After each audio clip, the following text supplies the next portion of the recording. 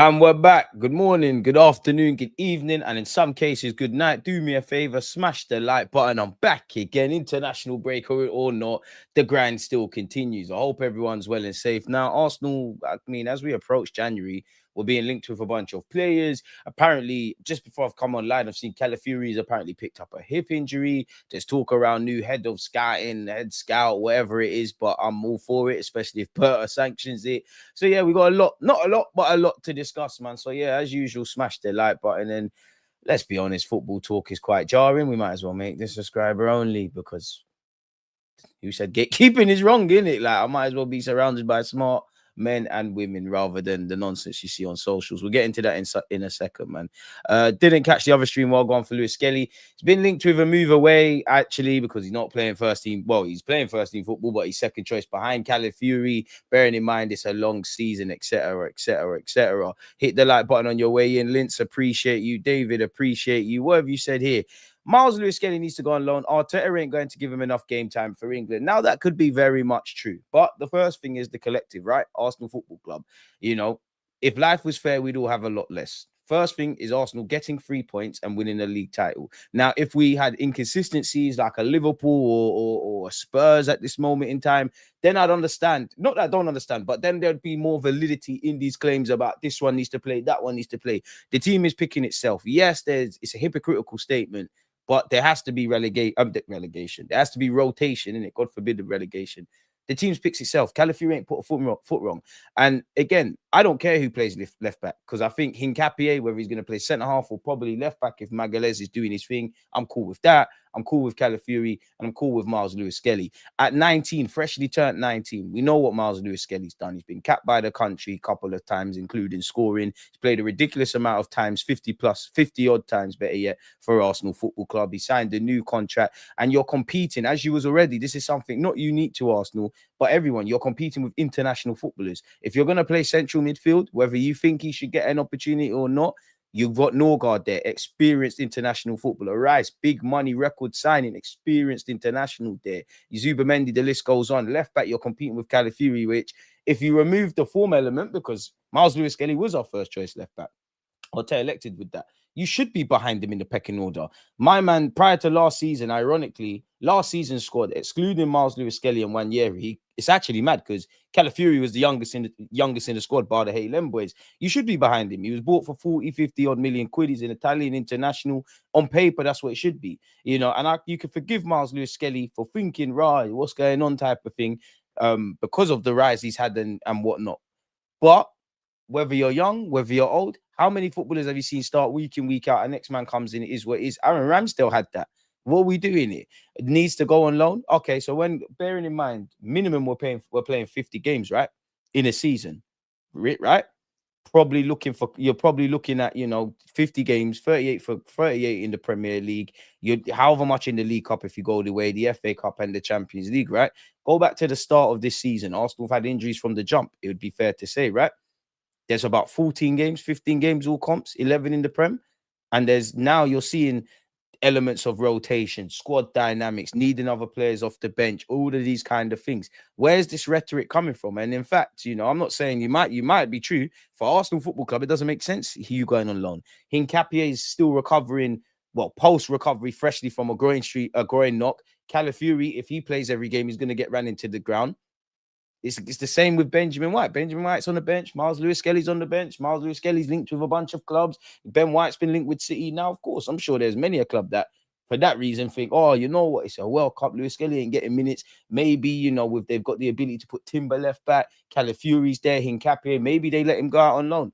It's too early for all of that jazz, people. And, to be fair, big up Ethan, because you remember, let's actually contextualize things. Now, what's on there, Lewis-Skelly? You got a bonnet on. But anyways, obviously a year can change things, yeah. But to put things into context, now Lewis-Skelly's played about 80 odd minutes in the Premier League. Clearly he wants to play more. Clearly we want him to play more. But everything we've been doing has been working. Yes, we've lost to Liverpool. We drew against City and we drew against Sunderland. These things happen. Other than that, it's been near enough perfect. If it ain't broke, don't fix it. Again, hypocritical because we are going to have to rotate. And the Miles Lewis-Skelly's, the Benjamin Whites, there's football for you. Forget January and so on and so forth, because we know there's a lot of games from now until January. There's games coming. Even looking at the 3-game cluster that we've got after this international break, which is even more of a double whammy for footballers, because you're looking at 70-odd games if you play for your country. We've got Spurs, then you got Chelsea. Sorry, you got Spurs, then you got Bayern, then you got Chelsea. Even if Calafiori starts all 3, he's not going to play 90 minutes in all of them.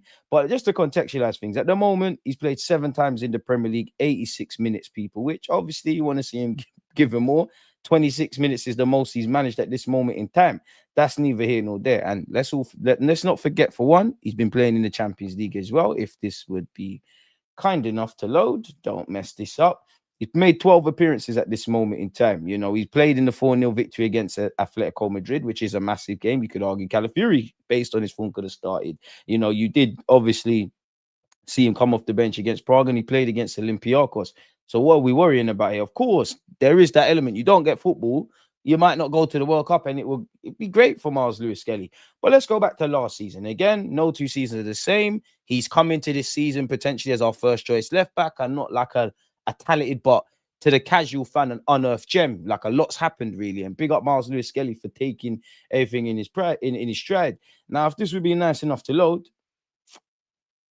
let's look at last season. Mad thing, innit? Like, obviously 40 appearances, because you have to disregard the 2 he played in under 21s level, innit? So it's 40 appearances, really.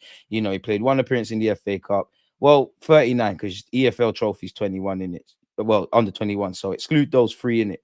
5 times in the League Cup, once in the FA Cup, 10 in the Champions League, including the latter stages, and best 2 games of the Emirates era, really and truly, in terms of 90 minutes, beating Real Madrid. And he made 23 appearances in the Premier League. But that's neither here nor there. To contextualize things, around this period, he weren't really in the first team fold like that. He did well against Monaco, for what it's worth, and then you could see where the Champions League is concerned.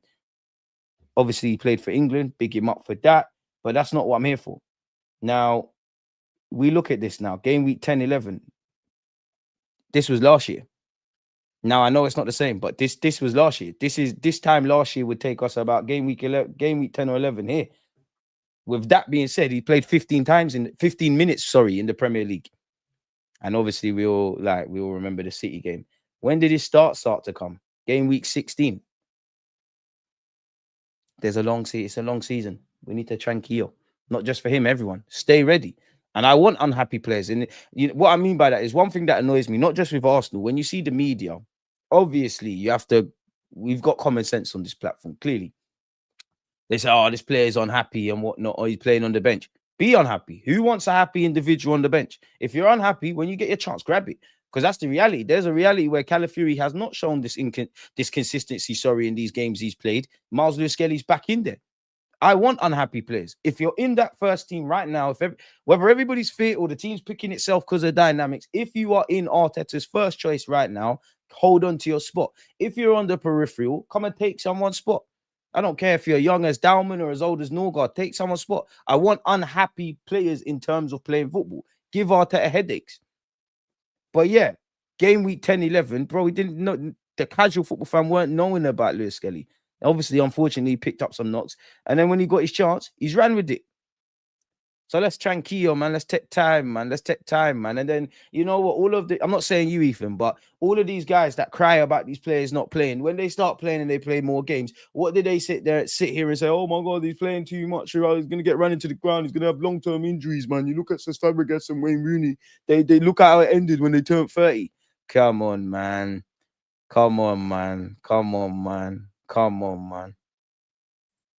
If you support Arsenal, you want Skelly to stay, of course. If you care more about him fulfilling his potential, you want him to go out and get minutes. And that's some elite level gaslighting that doesn't make sense.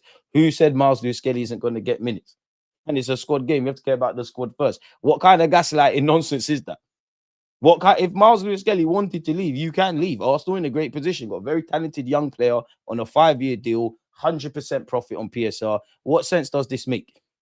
And everybody talks about big clubs. You need 2 people competing for every position. It's a long season. All of this jazz. You finally got that man crying.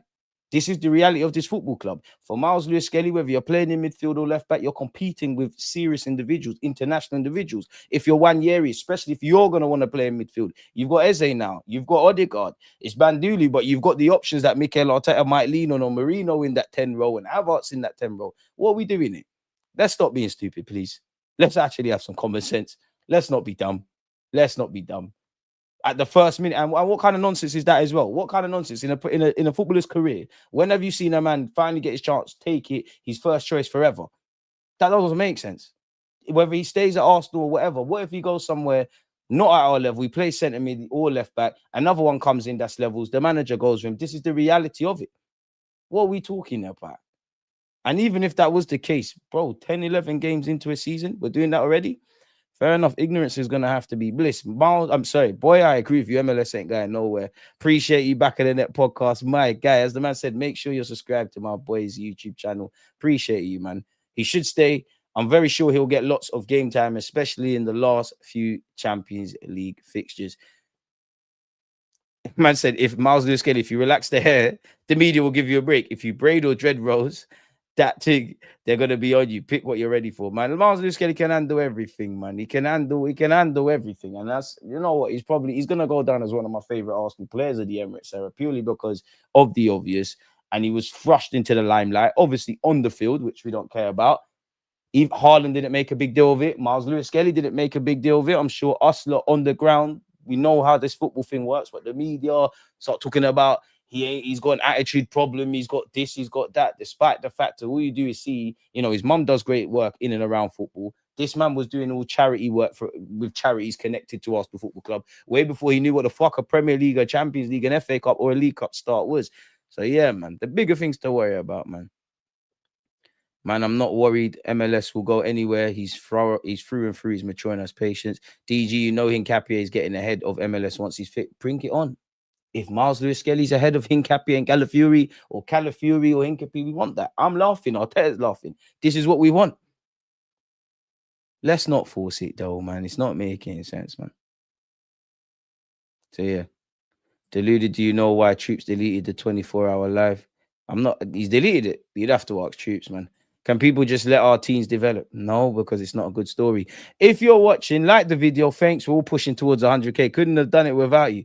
When Wanyeri played bad in the first half against Brighton, people were blaming the manager and saying he isn't getting enough game time. People just want to hate for the sake of it. It's weird because to get experience, to get that consistency, of course, you need, in an ideal world, you want to give Wanyeri a run of games and whatnot. But we need 3 points. We all know what we're trying to achieve this season. And also, the things that Wanyeri struggles with, I'm happy about, because they're nothing too concerning. And what I mean by that is there are things a young player should have. You're a young player. You can't, like that Odegaard role, the pressing, the areas you got on ability, technical ability, proficiency. Wanyeri's got that. But when it comes to the tactical aspect, and you've got to stand here and stand there and do this, you should struggle with that. That's what you need to learn. Obviously, you haven't been exposed to it, but with Miles Lewis-Skelly, he's done it, and Wanyeri quite hasn't. We're not interested in your ability anymore. It's great if you can do it for one game. Can you do it for 5, 10, 20? And you're also competing with serious players. We need the squad, man. People really want MLS to leave Arsenal, huh? The ops never sleep. Bro, it's not making sense. Saka watches DG. Imagine, I wish. You know what? I wouldn't say he watches me, but a few years ago, I put up an Instagram post. I was like, Saka, I'm not trying to overrate Saka, but he's the best player in the world. And he watched it, he laughed at it still. Jude Bellingham used to reply to my little football post on Instagram. Saka watches DG because Saka said in his last interview exactly what DG's been saying. We should not pay attention to external noise when it comes to Arsenal and what we're trying to do. It doesn't help. It really doesn't help in life. Like, it's not that people's opinions don't matter, but if you can be guided by their rhythm or die by their blues. You know, not even just this season or last season or the season before that or the season before that. I would paint your minds back to when Arteta walked in, the Brentford, kind of around the Brentford game. I don't think it was quite then, but the Brentford game when they got promoted and we got slaughtered. And they questioned why we signed Ramsdale, Benjamin White, the direction of the football club. We all know there's been many twists and turns, things that the manager and people involved have got right, got wrong. But whatever way you look at it, we're in a different kind of realm. If we listen to them now, where would we be? If we listen to them from pre-season, where, you know, the biggest noise made about my football club was actually losing that North London derby, if I'm completely honest with you, in Singapore, Hong Kong, or wherever. But if you listen to them then, what would have happened? Now let's go to Manchester United, probably just before the Newcastle game. Nobody can stop Liverpool. Not saying they can't. City are not on nothing. To show why you shouldn't listen to people, because it's even with Liverpool, people are saying, "Oh, Liverpool haven't clicked in. Liverpool haven't clicked into gear. They've brought in Isaac. They've brought this. They've not rested on their laurels. No one can stop them. Couple of Banduli results and a poor run of form. Oh, Liverpool in disarray. Nothing's gonna happen. Don't listen. The media just want talking points. City are not on nothing. Boom, boom, boom. Now, oh my God, you know what? City could get onto Arsenal, man. 4-point gap could turn to 3 if they beat Newcastle. If it goes left against Spurs for Arsenal, it's all dark. Like I said, so that's 2 other clubs irrelevant from us. You look at Arsenal. From Man United just before the Newcastle game, the handbrake, we're not on nothing, we're rubbish, we ain't learned, we're not going to win it. Then from that Newcastle game until a ball was kicked against Sunderland, what was said, they're inevitable, no one can stop them, they're a class above everyone else. But you can't listen to external noise. You listen to them and they're singing your praises, you're going to get complacent. You listen to them when you're doing shit, you're going to get down on yourself. Now, that doesn't mean, you can separate the message from the messengers. It makes no sense. It's like being a footballer. If I play for Arsenal Football Club, it's like Madueke, one of the best examples, yeah? Everyone's allowed their opinion. I'm not talking about balanced fans of all football clubs and football fans, yeah, but the hyper opinions, like, Madueke, you come into this football club, there's a Chelsea stench, Arteta's always trying to fix broken toys, 50 million, can't really see how he's a game changer. Some Arsenal fans are neeks, and they started, even if we signed the shittest player in the world, I can say, hand on my heart, I ain't making, let alone signing no petition, but the petitions and all of that. If you listen to them, where's it going to get you? Because the same, not saying Madueke is even convinced everyone and he's a bad boy and he's all of these kind of things, but people leave you alone now. At the time when the petitions and all of that, if you listen to them, where would you be? Because at the end of the day, there's only 3 parties' opinions that matter. I'm not saying fans don't. People that understand where I'm going with this. People's opinions don't matter per se. If you're like keeping up with the Madueke example, your opinion of yourself matters first and foremost. Well, God first and foremost, because God's given you a talent. What are you going to do with it, innit? With God, you can do anything in this life, innit? If you don't believe in God, everyone's allowed their thoughts, innit? But you can do everything in this life. With God, anything's possible, innit? It is. So if God believes in you and he's giving you a God-given talent, go fucking fulfill that. Second of all, yourself. If you think you can or can't do it, you've answered it, innit? You've genuinely answered it. And the third party, it's a bit 4-party-ish kind of. The world don't need to believe. Well, it'd be nice, but if the world is saying you're not good enough, and the man who sanctioned your signing, away from obviously Berta and that, is the manager, this club is followed by millions and thousands up and down the country, week in, week out.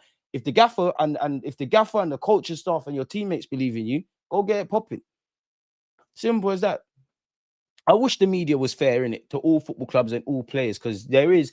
You don't know me, I'm all big on balance, innit? You can have a laugh and a joke, but it's balanced. But they're going to be disingenuous. They just want clicks. So they're going to be disingenuous. So, yeah, man. When the games come thick and fast, he'll be starting every other game, I bet. Every third game at max for real. And injuries could happen for him too. Better to stay. I mean, bro, listen, as I said, if Miles Lewis-Skelly wants to leave, great. You're not leaving in January, bro. That goes to you because you've been linked. That goes to Benjamin White. Trossard still linked with moves away. Fuck it. Even Gabriel Jesus. The list goes on. Every one of these players is a tool in the toolbox. Even with all these players, there's been bare injuries. There's been 14 games played. So what are we going to say? This is game week 10, 11. What's this dynamic going to look like at game 20? What is it going to look like by God's grace? And we're in with a fighting chance of winning the Premier League and the Champions League. And you will get, shit, I want to win everything. All of those trophies, and you get to March, May, where the games are coming thick and fast. Literally beyond the obvious, everything's a must win. You're going to need these guys. Whoever wants to leave, these first team players, you can cut next summer, You can cut next summer. All of you are fucking staying at this football club because we got a bloody good chance of winning something. And I won't accept not winning shit. As I keep saying, I can't tell if we're winning the FA Cup, the League Cup, the Premier League, the Champions League, or all of them in it. I wish. But for me, I genuinely think May 2026, we're winning something, and you all need to be here. And, last on this, big up Arsenal's women. Hope we beat Bayern Munich, by the way. Hope we slap them both, innit, men and women. Bro, look at the games, bro. Bearing in mind, we're going to go over this because I hate the fact Calafiori's picked up some level of a knee knock. We're going to go hip knock, knee knock. I don't know. I ain't read the article. But you get it? Because you've got Hincapié recovering. You've got Calafiori that's going to need rest and obviously got knocks. We need the whole squad. And a part of me, because some of you tried to argue with me when I said if we could get another 8 and another 6, we're laughing. A part of me's got small hope Lewis-Skelly can go in midfield. But for argument's sake, alone wouldn't be the end of the world. Again, not in January. Alone wouldn't be the end of the world. You're 19, bro. But anyways, after the international break, we play on Sunday the 23rd. 3 days later, we play Bayern Munich. Bearing in mind, it takes anything from 24 to 72 hours to recover from a game of football. If I had to bet money, I reckon Miles Lewis-Skelly doesn't start the North London derby, even though it'd be great. I reckon he starts against Bayern. 4 days later, you've got Chelsea. Couple of days after that, you've got Brentford. 3 days after that, you got Villa away. And obviously, recovery, injuries, soreness, the run, there's all different factors that start to come into play. Then you've got 4 days later, we got to travel to Club Brugge. That's not going to be a walk in the park. Anybody who watched Barcelona, even the highlights, Barca versus them, it was mad. 3 days later, you've then got Wolves. Then you got a tiny bit of a gap. Then you've got Everton away on the 20th. 3 days after that, thank the Lord, it got moved. We've got a quarterfinals against Crystal Palace. Then you've got on the 27th Brighton, which isn't going to be easy. And we end the year with Aston Villa. And then if you want to we could cut this off at just 2025. But if we want to keep going, 3rd of January, Bournemouth away. Bearing in mind, we don't know who's going to lose form, who's going to be injured. This one could be suspended. You don't know where I'm going with this. Then you've got Liverpool. Fuck you. Is there another internet? There's a break of some sort here, clearly, in it, because there's a bit of a gap between the 8th and the 17th. But Bournemouth away, Liverpool at home, Forest away, Inter away. So yeah, moral of the story: you need a squad in it. You need a squad. You need a squad. It's as simple as that, in it. So yeah, man.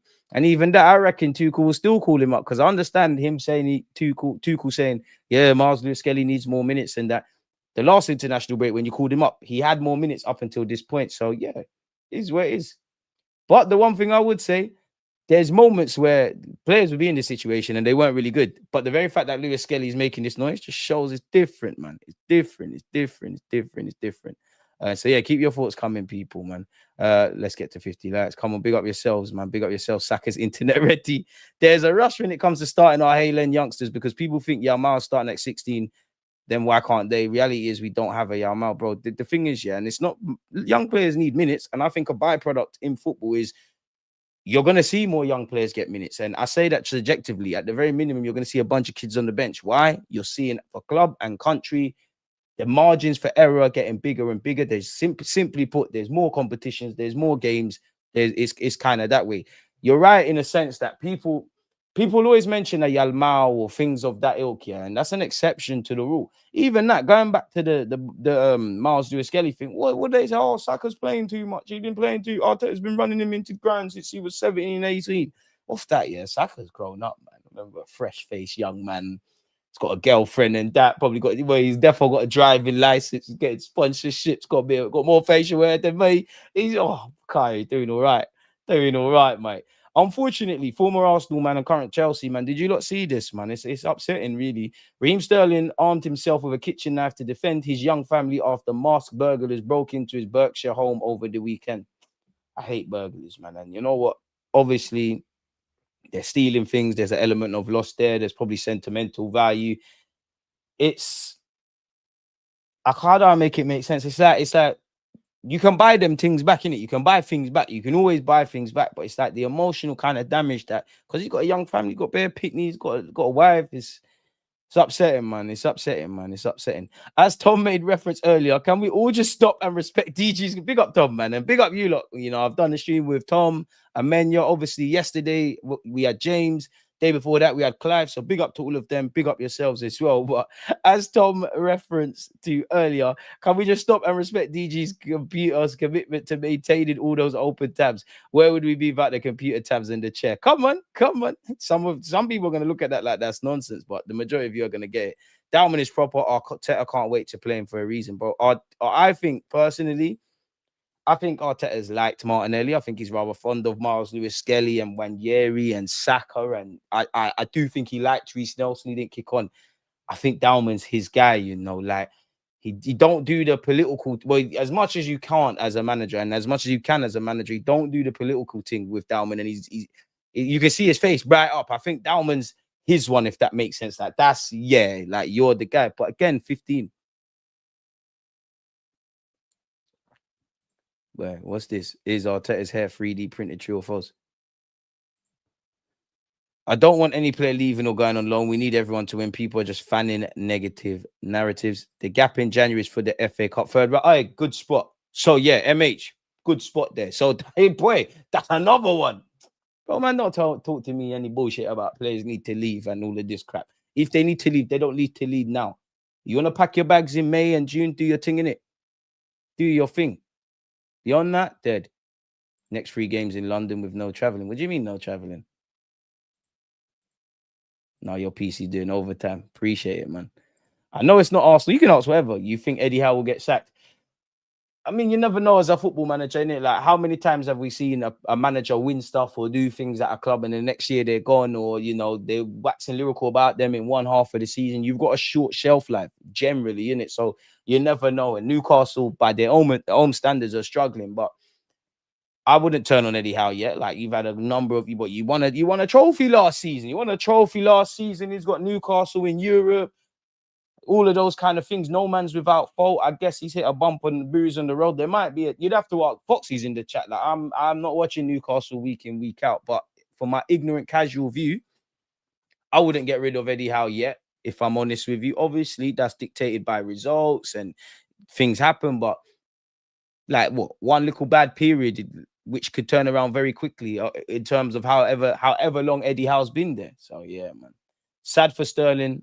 London in the UK these days, though. Hope he gets a move in Chan. But I feel safe for him, man, because obviously this has happened. You're not getting any game time. It's got to you got to be strong mentally, innit? And good thing he's got that coaching gig because he's coaching school because he's got something to do. Like, it's got to be depressing, man. Like, and this is why I say, rightly or wrongly, football, like, people will say, oh, Sterling's on 300 grand a week. What's he got to be upset about? Obviously, like, get your money, bro. You shouldn't be forced to move. No one put a gun to Chelsea had to take that. But at the same time, there's no loyalty in football. I'm not even saying Chelsea or any club needs to play these players. This guy is not in the game, is not in the plans. It's as simple as that. But no one, like, you see this way the club have just casted you aside. Same with Disassi. This is why I always say, when players want to move and do whatever, loyalty does not exist in football. It can't. It can't. Football is a fickle old game. You're the best. 5 games, you could be the best player in the world, best thing since sliced bread. Everyone loves you. You have 5-10 shaky games. Now you're rubbish and everything. It's just how the game goes.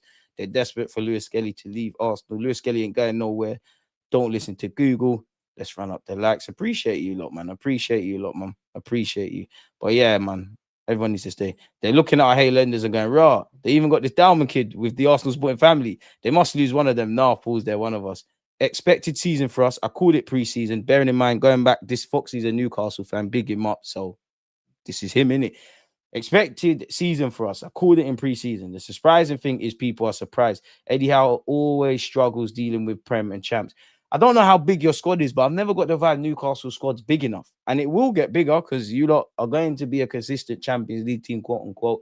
And, well, you know what? My time scale has probably been thrown off, but what's the date? Like, by 2035, I think they would have won a league title, in my opinion.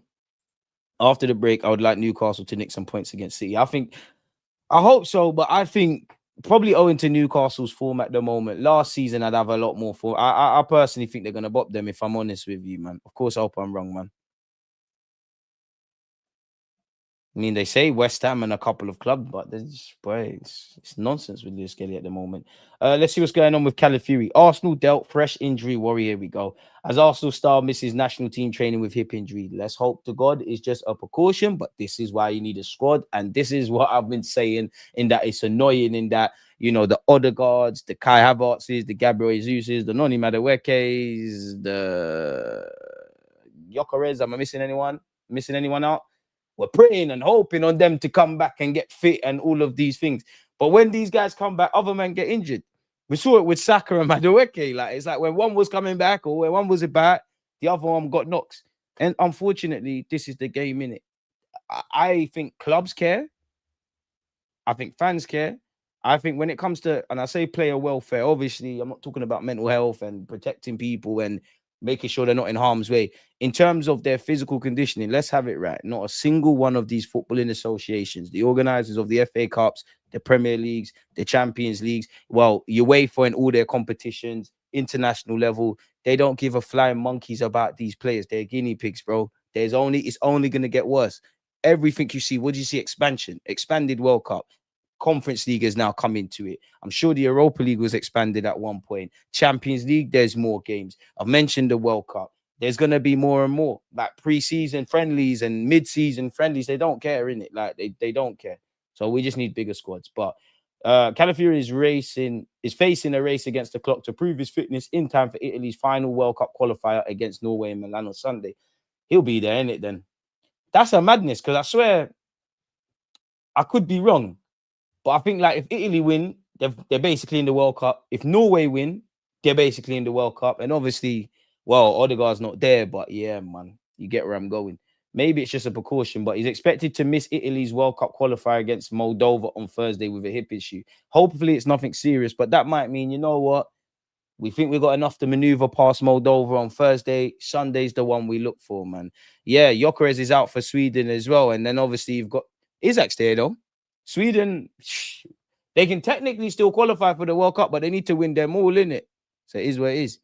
It's not a problem. It's always a problem when people are injured. If Cala goes down, we got Miles Lewis-Skelly and Hincapié that can play there. They've barely been used so far this season. And you've also got Mr. Timber. I don't want it to get to that, but you do have that. It's not only about squad depth, but squad rotation. Eddie Howe played the same lineup versus a Bilbao B side and then Brentford. We haven't won away since April. You're lying. You're lying. Newcastle, I don't believe that. Foxy, I know you're a Newcastle fan. Newcastle have definitely won away since April. That's one of them where, like, the fact seems more surreal than the fiction, or however, whatever the saying is, man. Hopefully, we've learned from Willian and now Sterling. If we're buying older players, they need to be top quality like Trossard. Tell them again, facts. Is England going to have a permanent 5th Champions League spot eventually? Probably not, but if the English teams keep performing in Europe and things like that, then indirectly, probably then. Wow, Rise man like laughing at Isaac, bro. That was the love of you lot's life, man. Don't try to style him. Crazy stat. I can't. Foxy needs to. Foxy, you telling the truth with that stat? DG Odegaard flying with them for support, I think. Yeah, he done that last international break, innit? So it wouldn't surprise me. Carrying on with Calafiori, the 23-year-old left back has been following a separate training program away from his international teammates this week at their base in Covacagno, Florence. I tried, man. I always try. Calafiori, who started all 11 of the Gunners Premier League matches so far this season, played 90 minutes in our 2-2 pulsating, best way to put it, best bit of journalism I've seen in a while, people, in our 2-2 draw against Sunderland last weekend. However, his involvement is likely to be limited for his country during the break as Italy look to wrestle back top spot in Group I of their World Cup qualifier. Now, for me, that tells me Calafiori's had that knock for a while. And that's not a bad thing. Players being injured are one thing. We're getting to that point of the season. Well, we're 11 games in the Prem. Do you know how many players, not just at my football club, they are playing with knocks? Like they are, or this one's come back from an injury, he's still chasing that kind of optimum physical performance. They're all carrying knocks, bro. Like I guarantee you, in my squad, in Arsenal's team, who am I? I'm just an armchair expert. I'd love to ask a couple of players. Gabriel Magalhaes, if you tell me you're not playing with a knock, you're lying to me. Timber, if you tell me you're not playing with a knock, you're lying to me. Calafiori, if you're telling me you're not playing with a knock, you're lying to me. Bukayo Saka, you're defo lying to me. Declan Rice, you're defo lying to me. And there's probably someone that I ain't seen, but this is the name of the game. This is why I understand when Jose Mourinho used to get pissed off with Luke Shaw in that, yeah, I know you've got a knock, but you need to like soldier this, innit? I get it. The former Bologna man is now trying to prove his fitness in time for Sunday's decider against Norway and Milan. Italy have work to do if they're to pinch top spot and book their place at next summer's finals. Big up, Tom, with that one. Norway currently lead Group I by 3 points, and they also boast a superior goal difference to the Euro 2020 winners. It means Italy will also likely require Estonia to take points from Norway and Oslo on Thursday when they travel to Moldova. Now, stranger things have happened in life. But Carl Hein probably be in goal? Even if he was a betting man, Haaland and Nusa, and to be fair, there's a lot of Scandinavian talent that's wavy. Like no one, surely, like not even a betting man's gonna put money on Estonia to do that.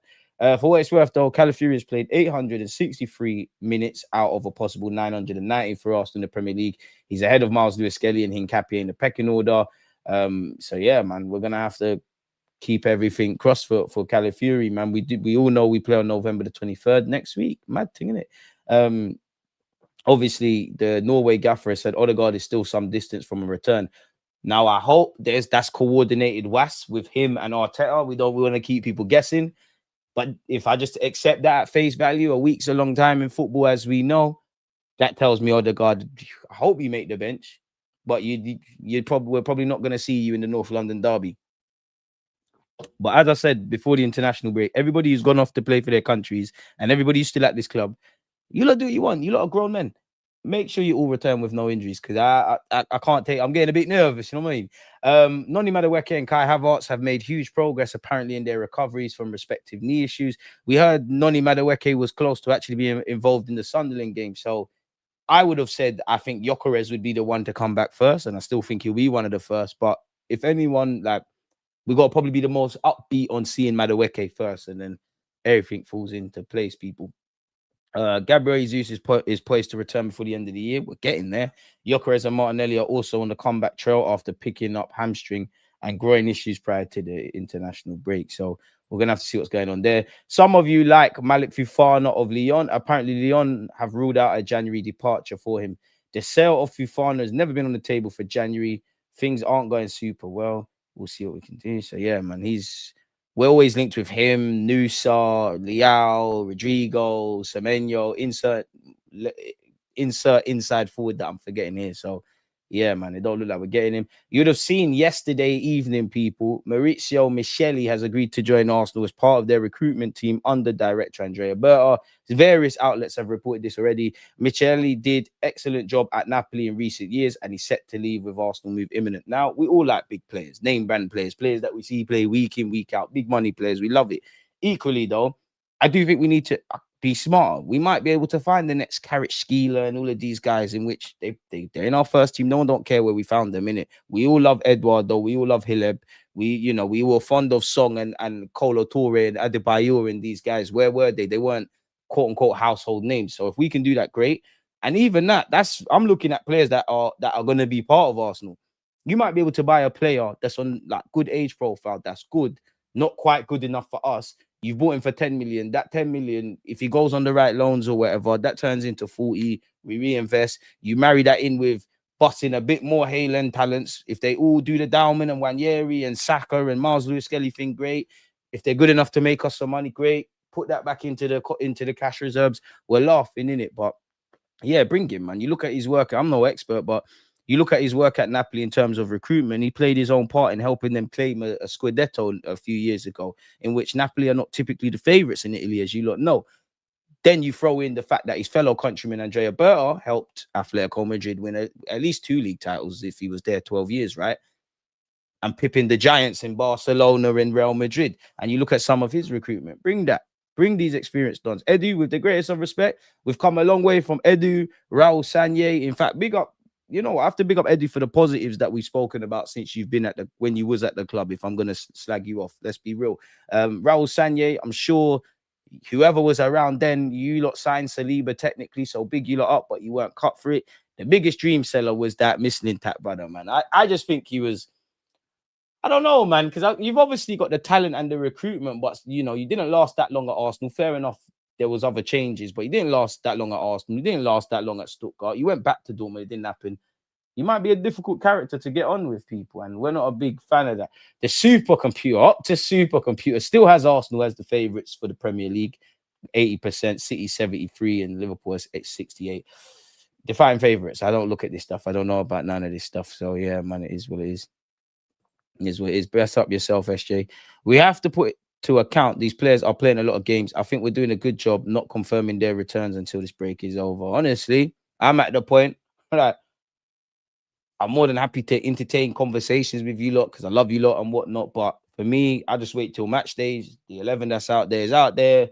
The bench boys are that on the people that are on the bench are there. Whoever's not involved, if Arteta is going to speak, he's going to speak. Who knows, man? This Don brought Kvaratskhelia, say no more. Welcome to Arsenal. Facts, man. Facts. We did hear that he's quality. He is quality, the Hertha lad, man. And he's got, you see everything online from 10 to 12 to 15 odd billion euros for a 16-year-old. Get that, man. If he develops, great. If not, 10 million into 20, Can't go broke making a profit unless you're messing up the piece. Estonia couldn't beat Andorra or Azerbaijan. Norway score at least 5. Bro, Haaland's going to do some disgusting things to that defense. DG may unfortunately be right when he says we may never have a fully fit squad available all at once. I didn't want to believe, but so far DG sadly being proven right. I hope so. And even if we do, we're not, and I don't mean it in a disingenuous way. Like, I want that, because the only question marks I want around Arsenal in terms of depth is, who makes the bench, who starts. But unfortunately, the biggest reason for this depth is because of injuries. Even 14 odd games into the season, we've had to use, not through his talent, because his talent gets him there, but Max Dowman's had to start, had to play. Anus has had to go up front. You can never have too many players, and I just don't think you can have a fully fit squad. This is the rigors of the Premier League, man. And even if everybody's available, is everyone going to be 100% fit? This is the thing. But this is football, innit? Like, footballers getting injuries and having knocks and fatigue and all this. This is like a chef cutting their hands. It comes with it, man. Tuchel trying to destabilize Arsenal by putting ideas into MLS's head, leave Arsenal and get some game time. Nah, I don't think Tuchel's going that far, man. Last Prem game is 24th of May. First World Cup game is 11th of June. These players are going to be knackered for that World Cup. Exactly. And then you're competing for a month or so. And then you probably take a week or so off, and then it's back to it. And even that, players resting is mind games. Pre-season is mind games. If anything, I think footballers, you can only look at vacation and all those things as a mental reset. If anything, you get to holiday with the kids and whatnot, away from everything, because you can't rest. You can't you can't rest, especially in today's day and age, man. This is why you see these footballers in their off time. They've all got them. They're all doing like. Especially the attackers, you will see them playing on some AstroTurf somewhere. They've got a personal, not quite a personal, they do have personal trainers, but like a personal football coach. They're doing finishing drills, they're doing cardio. Why? Because if you get a 2-week, 3-week break here, and you don't do no training and you recharge, you're gonna pay it's sad to say, but unfortunately, this is the game. You're going to pay the price, because when you rock in for the first game of preseason, you might be a bit overweight. You're not gonna be as sharp as you could be. Now, obviously, preseason is designed around fitness, but if you start in a deficit, it's annoying. Like, when you listen to these players' interviews, there's never a good time to get injuries, but they always say the worst time to get injuries, the worst time to get injuries or be behind is preseason, because you're already chasing. Declan Rice said it last season, and there's any coincidence he started last season a bit slow. Probably when we got to around this mark, ready. So it's never going to be a thing, bro. And like you said, there's that.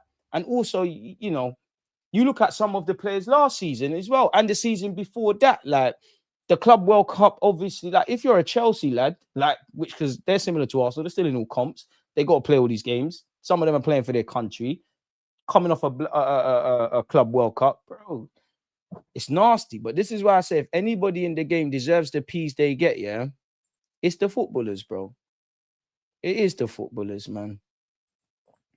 Prem game, we haven't won away since Leicester April. Newcastle, that for you lot, that's appalling, man.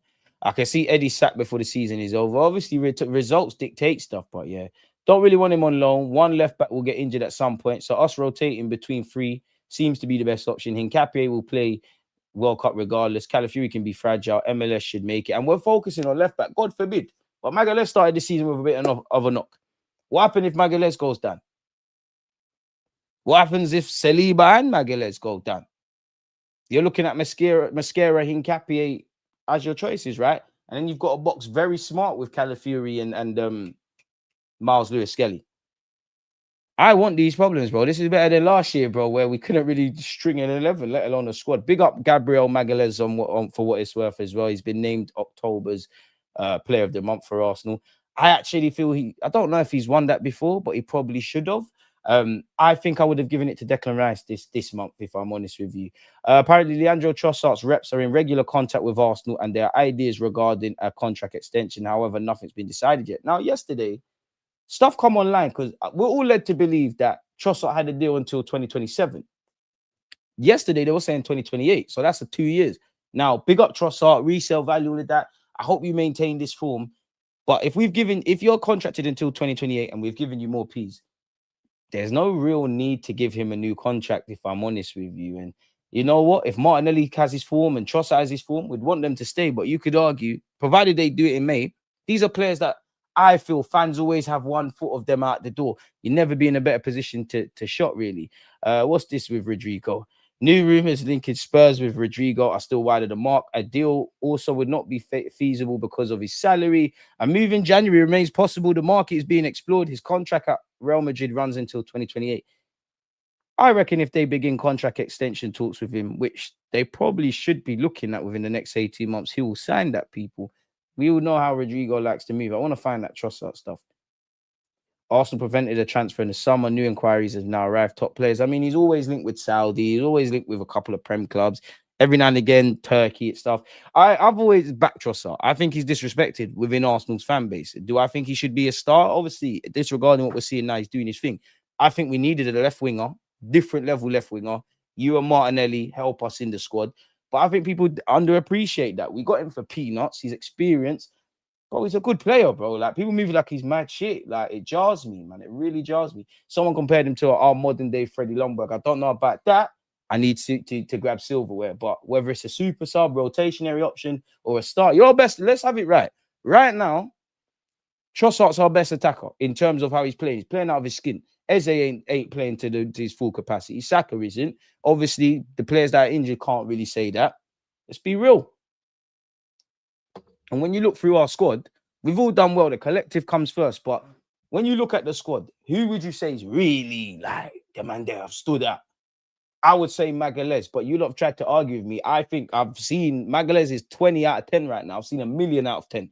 And I've said there's been a couple of shaky moments from everybody but him. I need him to go to the next level. But granted, he's been a big reason as to why we've grabbed 3 points. He's playing to another level. Timber's playing out of his skin. Call's playing out of his skin. Last couple of games, Rice has really upped it. I throw Trossard. Of course, there might be one or two others, but you get the point, people. We've gone over that Rodrigo stuff as well. I mean, this guy in the Kaya or whatever, he did get co-signed by David Ornstein. I don't know whether this is BS, but to entertain you lot, apparently Anton Semenyo has asked to leave Bournemouth in January after signing a new deal. You got to play that January. You got to play that January. You got to play that January game right, because surely there's a January tax. If you're not going to pay his release clause, they're going to tell you to F off. And, you know, I'm not saying it's right. I'm not saying it's wrong. I'm not saying if you sign Semenyo or one of these guys and quote unquote overpay like that, you couldn't, you know, it wouldn't help you. And I'm not saying big money signings can't happen, but I'm sure Van Dijk joined Liverpool in January. Obviously, we were prepared to put 70-odd million quid down on Mudryk. Thank the Lord for Leandro Trossard. But January is a reactive window. You don't ideally want to do any business in January. Obviously, the dynamics of the game, especially in the World Cup year, going back to what some of you are saying over Lewis-Skelly, some people might want to leave to go get football. There might be a player available that you wasn't. There might be some injuries, but the bulk of the business would have been done in the summer. There's been times Arsenal have been desperate to do things. Well, we've been desperate for Arsenal to do things in January. We haven't. So when you've had the summer we've had, really? Now, of course, there might be, it depends on the profile. There might be a cut price edition. You know, there might be an opportunity too good to turn down. We might have had things we wanted to do in addition to what we've done in the summer that we were unable to do. But yeah, I think this is, I don't think you're getting a Semenyo or Rodrigo or Leao or this one and that one in January. You're waiting until the summer. And even that, I'm not saying it's right. But from a business point of view, if you could pay 75 million, and I guess it's only a 15 million pound difference, but if you could pay, if Bournemouth asks you to pay 75, 80 million in January for Semenyo, you wait a couple months and you might get him for 55, 60. Just don't get caught up on the figures. Just humor me. Clubs are gonna wait, bro. Like, clubs are gonna wait. Clubs are gonna wait. We've heard this a lot of times with Rodrigo, anyways, but Rodrigo has no plans to give up easily at Real Madrid. He remains determined to prove himself and earn more playing time under Xabi Alonso. However, if his secondary role continues for the rest of the season, he's expected to hold talks with the club to discuss his future. Pardon my language, but if you're Florentino Perez, ain't you tired of this guy coming in offices or Xabi Alonso? Like, just fuck off, bro. And Vinicius is being linked with a move away. So far, Rodrigo has played only 25% of available minutes under Alonso, meaning he spent 3/4 of the season watching from the bench. But when you heard their rumors that they want to deploy a couple of more young players, when you've got Vinicius and Mbappe, bro, you knew this. You knew this was going to be you. Like, we did see this yesterday, but apparently Arsenal have reportedly been told that AC Milan are willing to sell Rafael for a fee as low as 80 million next summer. What have we got here? Real Madrid, Arsenal, Chelsea to battle for Juventus's kin and did this. I'd have him, but I still want another left winger, man. According to a report, I can't say this, by La Gazzetta Blood. La Gazzetta dello Sport, the contract renewal negotiations between Juventus and Kylian Yildiz are currently stalled. Juventus are facing struggles in meeting the players' demand. The decisive step towards, and how did Real Madrid, not Real Madrid, Bayern Munich fumbled this guy? Renewing Yildiz's contract until 2030 has proven more complicated than expected, with talks between Juventus's CEO Damien Comoli. When did you rock up at Juventus? And the player's entourage breaking down. A compromise is missing on both the financial figures and some contractual aspects. I mean, that happens in business, isn't it? Really and truly, like this. What contract negotiations are straightforward? They want a bit more, you want a bit less. Clubs want to pay a bit less, you want a bit more. It is what it is. Juventus are struggling to meet the economic demands demanded by Lildis's camp. The player is seeking an agreement that aligns with his salary, his technical status on the team, aiming for a figure similar to other key players, as you should. While the club's offer is reportedly about 1 million euros per season, less than the demand. Currently, Yildiz has a contract until 2029. So, what, 3.5 years? You ain't got nothing to worry about at the moment, with a salary of 1.7 million euros plus bonuses, ranking him 19th on the club's wage bill. You're not the 19th most important player, so go get your piece. The newspaper suggests that only a personal intervention from CEO Jean Ekan may unlock the situation. The deadlock in negotiations has alerted top European clubs. The report indicates that Chelsea, Arsenal, and Real Madrid are likely to compete for Yildiz's signature next summer. I mean, they could marry the two jewels in Turkish football, Arda Güler with Real Madrid. Chelsea always linked. I'd have him at Arsenal. I don't think he's a priority for us, though, as crazy as that sounds. Chelsea had reportedly already offered 67 million euros for the player last July and are prepared to challenge Real Madrid and Arsenal in an auction next summer. Yildiz's market value, who joined Juventus on a free transfer from Bayern Munich in 2022, could exceed 100 million euros if an auction among these superpowers materializes. We'll have to see. Arsenal reportedly one step away from finalizing a contract extension with Bukayo Saka. We hear that a lot, man. We just want to hear he's got a new deal. Again, there's still talk around Trossard signing a new deal. He's got a deal until 2028. So I don't think we will. He has been linked with Bayern Munich, good move. Borussia Dortmund, clubs in Turkey, Brentford as well as Villa. So we'll have to see. We'll have to see. And then forgetting what I've seen at this moment in time, if you get offered a decent offer in the summer, maybe January, but the summer, you've got a decision to make. Manchester United enter race for German, a wonderkid, Kenneth Ickhorn and mid-Arsenal links. Teenage midfielders already a regular starter in the second division in the Bundesliga. He's a baller, man. Very cultured on the ball. Like, got a lot of time for this guy, man. Born in 2009. I was in year 9, which is crazy. He's made 9 second division Bundesliga appearances, people. His performances have caught the eye of some of Europe's biggest clubs, including Man United, who are keen to bolster their midfield options. I'm sure you couldn't join us until you're 18 then. According to Sky Germany, the Red Devils face competition from Real Madrid, Barca, as well as PSG. Dortmund, Frankfurt, Bayern Munich, Bayern Leverkusen have all been linked. He's got a release clause worth £10.5 million, which is around 10 to 12 million euros. United have looked at him, Liverpool, Arsenal, and City. Now, just because these men have looked, don't mean they're going to buy him. It don't mean they don't like him. Obviously, if you're scouting all corners of this world trying to find talent, you randomly see a 15, 16-year-old starting professional football, you're going to be alerted. And you're going to have scouts watching him and maybe other players in these games that got nothing to do with him. So it sounds great, but yeah, keep doing your thing. You'll end up at one of those clubs. We've gone over Lewis-Skelly, but apparently he's being monitored by Premier League clubs as Thomas Tuchel sends World Cup warning. I just want to specifically see if names have been dropped in terms of teams looking at him. Arsenal not set to be busy this January. 100% we're not expected to. We're just waiting on our players to get fit and stay fit, people. Once again, Arsenal in talks with Napoli head scout Mauricio Micheli, which is great for us. Apparently, he's been described as the human algorithm, which is great. It is more than 20 years since Mr. Micheli first scouted Hamšík, but the pair remain in touch today. He credits Micheli with being the driving force behind his move from Slovakian side Slavian Bratislava to Brescia in 04. Okay, that's great. You owe him a lot. We know he can do this scouting thing. He obviously found Kvaratskhelia. He's in talks with Arsenal, as we know. Andrea Berta's keen to, line up his team. Matteo Trigonozzi, formerly of Juventus, was among those, but we never seem to have got anywhere with that. I bow to the analysis of Mauricio Micheli, who for me is a guru in selecting and knowing players. There isn't a single player Maurizio signs whose parents, boyfriends, and so on he doesn't know. Couldn't just say girlfriends? All inclusive, smash the like button. It's cool, do your thing and that. Maybe it was a bit of bants.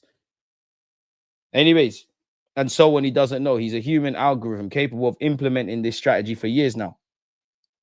He's got more than 20 years experience in the Italian game. He's been at Udinese, Brescia, Bologna, apparently, Napoli, as well as, bare things in it. He returned to Napoli as head of scouting in 2018, and he helped them win the Serie A twice, people. The 57-year-old is considered far more than a scout, regularly meeting agents, directors, and players. As well as Italian, he's fluent in English, Spanish, and French. He's renowned for his use of data, and during a talk at the Football Masters Università del Calcio, he explained the importance of video and analytics when scouting players. In one example, Michele described software developed to analyze a player's positioning in greater detail, differentiating, for instance, between a centre-back playing in the back four or back three. Michele, however, combines that data-driven approach with a strong belief in the human side of football. Fair enough, man. Experience, data, scouts, make it happen. James Ellis, Andrea Berta, get over the line. You lot cook, we cook. We're laughing. Arsenal's progress under Mikel Arteta has been clear. What is this about? A new contract? Mikel Arteta's Arsenal contracts talks not on the horizon. It's not the time for that, bro. You have to win something and then we keep it moving. We don't need to bother ourselves with that. I was reading that myself. Anything else in the world of Arsenal? Apart from the biggest news is obviously Calafiori's got some hip injury in it. Be a bit of an anxious wait. Can't wait till Mikel Arteta's press conference when club football is back, man. So yeah, who knows? But yeah, the headline of the day is Calafiori is fighting an injury. What happened to that Norway Youth City signed? What's he doing in Girona? I don't know what he's doing in Girona. I know you're talking about, man, the youth that was signed linked with Arsenal, and it seemed Villa might get him. When it comes to, according to reports, there are only a few sources I take seriously. Smash the like button. Offside trap. One love, man. Trossard's contract until 2027 with Arsenal holding the option of an additional year. So there's no rush for a new deal. Saka and Eze need to raise their game. We need them to hit form for the running. Yeah, Trossard doesn't need another contract. I support him, but thank you for saying DG. DG, who would you want between Rodrigo, Leal, Yildiz, or Semenyo, bro? Fucking hell. All of them. See, I want Yildiz, but he's not probably... He's a profile player I would never say no to, and he's a caliber of player I would say no to. But I'd be a hypocrite if I'm saying I think we need like a demon on that left-hand side, and then he's obviously a good player, but he wants to go obviously inside and do link-up playing that. Rodrigo / Semenyo. I'd say Rodrigo first, Semenyo second, Yildiz, and then Leão, if I'm honest with you. DJ, I want a young strike. I want a new striker, young potential. We need it for the future. Gyökeres to go to F off when he's back. We hope so. Smash the likes and don't forget to hype it up. Appreciate you love Arsenal, hate the ops. Plus, with the World Cup mostly being in the United States, the weather will be a factor. I hear that. How many times did the legendary Invincible squad all play together in that season? And forget that season. When we clinched the title at Old Trafford, was there not injuries? It's like people never learn. Which is jarring, man. But it is what it is in that regards, man. It is what it is in that regards. I got a feeling Berta will do great things at Arsenal. He has a good reputation with this scout. It's just about, he's already done good things. The man joined in March, cleaned up where it comes to new deals. And obviously, Saka's the only one where like, yo, where's that new deal? And there's talk around Rice and Timber and indirectly Odegaard the new deal. But for Odegaard, there's also links with moves away. He obviously brought in players as well. And he done this joining in March without a team. So if you can get Mr. Head of Scouting, this one, that one, because you're only as good as your team. As much as big up Berta and he's the difference maker, he ain't done this alone, bro. It's like Arteta from a tactical point of view. Like, you can have all the ideas. You can't do it all alone. You can't work with all of these players individually. You've only got a couple of hours in a day, you know. If we're having a training session, and I want to go and work with, I don't know, I want to do shooting practice with Madueke, that's robbing the rest of the... It's like being in a classroom. That's robbing the rest of the 20. That's why you need a 20-man squad. That's why you need a team. You need to be able to delegate. Oh, Nicholas Hover, go take them lot to defend, to do defensive set pieces. Shout me. We'll swap over. The attacking boys will go over there. You know, I don't know. Joe Blogs, go do some finishing drills with this one, and you get where I'm going. So, yeah, It is what it is, man. But it's like people see these things and they don't learn. Like, we just keep having the same conversations day in, day out. Year in, year out is the better way to put it. With that being said, though, man, I'm sure you lot are bored of hearing my voice. We've been here for an hour. We were here earlier with Amenya. Was obviously here at 9 a.m., I believe, with Tom Canton. Yesterday, we had James. Day before that, we had Clive Palmer. So, yeah, man, appreciate you lot for tuning in, engaging, smashing the like button. Big up to you lot, no doubt, that are watching on the replay. We're on the road to 100K, so make sure you're smashing the like button and all that good stuff. And I'll see you lot tomorrow, man. On that note, Calafiori's picked up a knock. Arteta, you can never have too many players, man. Against this right back, Charlie's definitely.